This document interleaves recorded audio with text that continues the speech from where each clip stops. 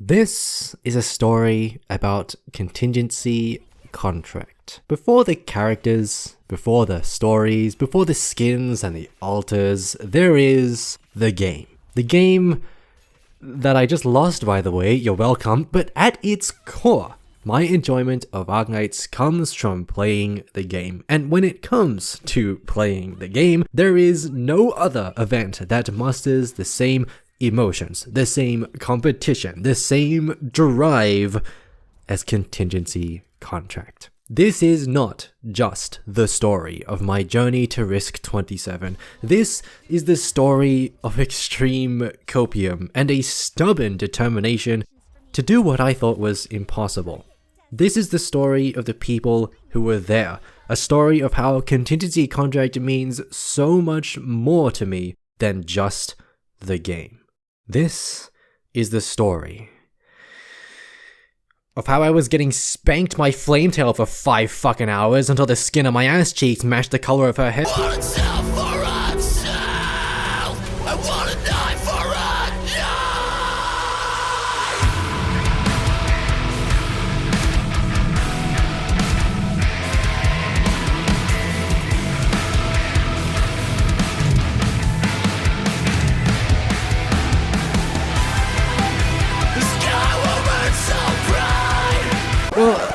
Okay, the sky may be burning very bright, but please remember to stop by the canteen tonight and remind friends and family about fire safety. Now, some of you might remember this video of mine about CC, and while I'm still proud of that video, there is one thing that I really regret overlooking, which is the drive. Contingency contract is kind of the only content that gets my gears going, and I hope to share that with you today, even if you're the kind of person to risk 18 and then dip. The story today all starts with a fellow Kazi player, Z, and a record to beat.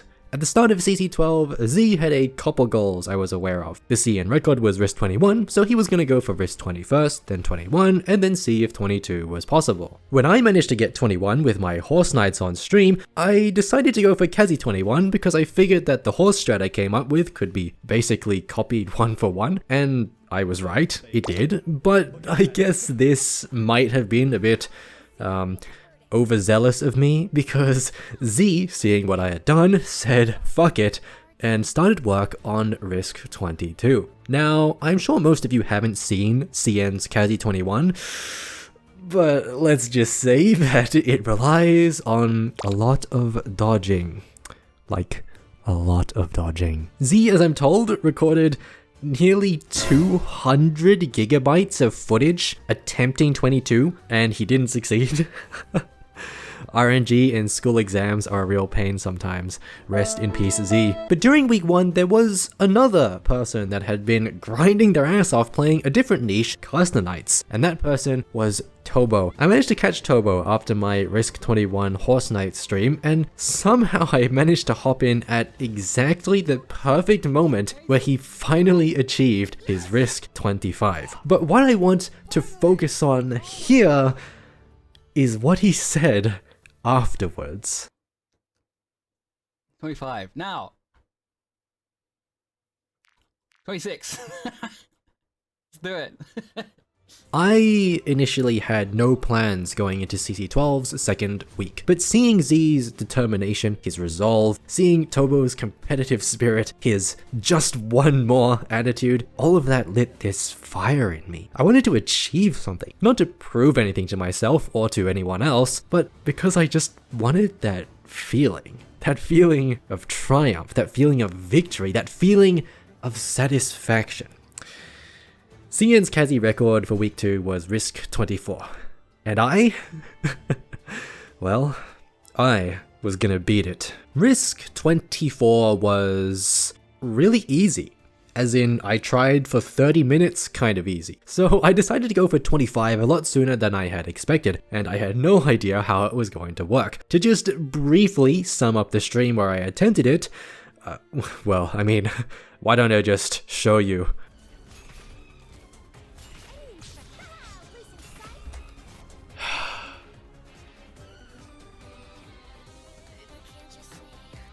Every time Flametail doesn't dodge at a particular time, I'm making this slightly larger. Every time she doesn't do it in a critical moment, I'm making it slightly larger, okay? 2 hours later.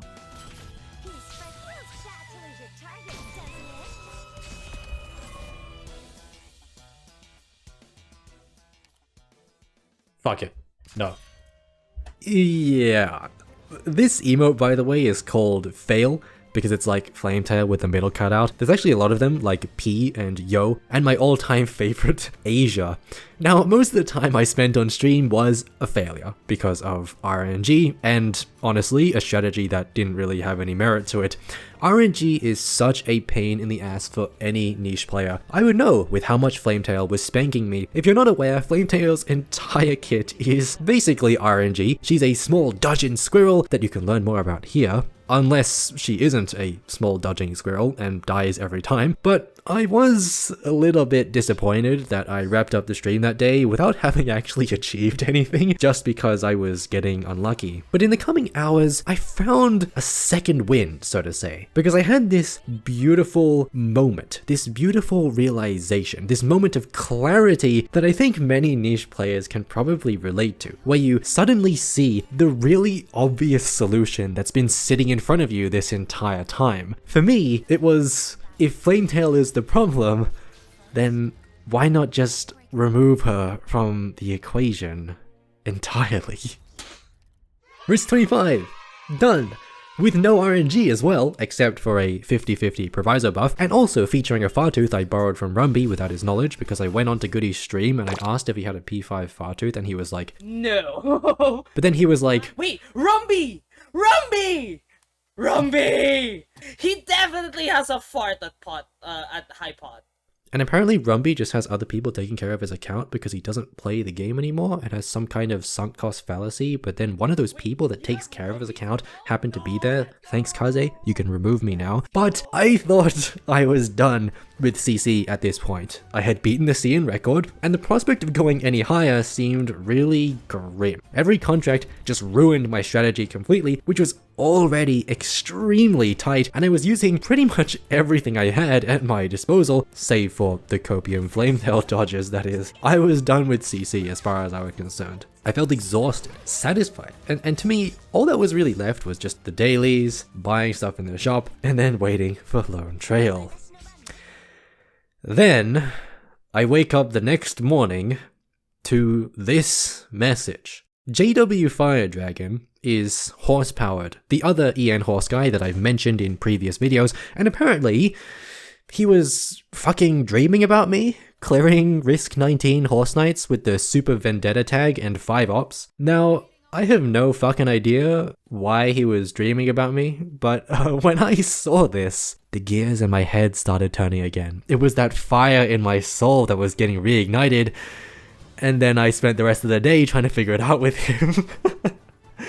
And we succeeded, mind you. I'll leave a link to both of our clears. They use different tags, so they're kind of unique. But now I had two problems. One is that I now know for certain that I'm infiltrating people's dreams. And two is that it just wasn't enough anymore. I felt dissatisfied for some reason. I just finished a really hard challenge, and mind you, it was pretty fucking hard considering it came from a dream, but I needed more. And I just didn't know how to get it. It was a couple days where I forced myself to take a break from CC. It's not like I had any ideas for how to push myself, but I did return on the 15th to Kazimierz, and it was going to be Risk 26 that I would throw myself at, and I had no idea what I was getting into. Now, something you need to know about CN's Risk 24 is that they take movement speed. Movement speed kind of obliterates every strategy because every enemy is in different places at different times, and with a niche like Kazi that's so barren of crowd control, I mean, it just becomes a carefully executed DPS race at that point. You don't have to be a Kazi expert to understand that all of this is just not enough to deal with supersonic weaves in a timely fashion. right? It's not enough, right? You don't have enough crowd control. And like, if you don't have that, then they just run past your damn. I'm kind of part of a group called K8, or the Knights of Kazimierz. I say kind of because I'll be honest, I have no fucking idea what's going on. Rynx just kidnapped me. But when I woke up on the 16th, after tentatively trying some things the night before, there were a few people who were attempting to, ratio me, and instantly that fire in my soul flared up once again. Squish posted one of their failed attempts at Risk 25, and the most bizarre thing to me was that they were taking movement speed, and it was almost working. This got me thinking that maybe there was a way to push higher with the movement speed tag, which I had basically dismissed up until this point as being completely undoable. I'm not playing this clip for you, by the way, because it's literally like 144p, but this gave me hope that maybe, just maybe, if I was smart about it and if I really exhausted every option I had, I could do it. Not just 26, mind you, but 27. The clock was ticking, not just because the only person I'll allow to ratio me is me, but this was the last day of CC12. I had about 8 hours until reset, 2 risks to get, and a bunch of horses already lined up at the gate, and with about 3 hours left, risk 27 Kazimierz. But when I achieved this, it wasn't really the act of completing this run that satisfied me. I suddenly remembered all the people that had come along for the ride with me over these past 2 weeks. Those people watching my stream and spamming fail whenever I lost a run to Flametail dodge. Sitting in Z's stream as he broadcast his pain and suffering and his OBS repeatedly crashing. Tobo saying fuck it and outdoing himself again and again and again. Horsepowered smoking way too much crack before going to sleep and altering the course of my life forever, and the people over at KN8 who gave me that last little shred of hope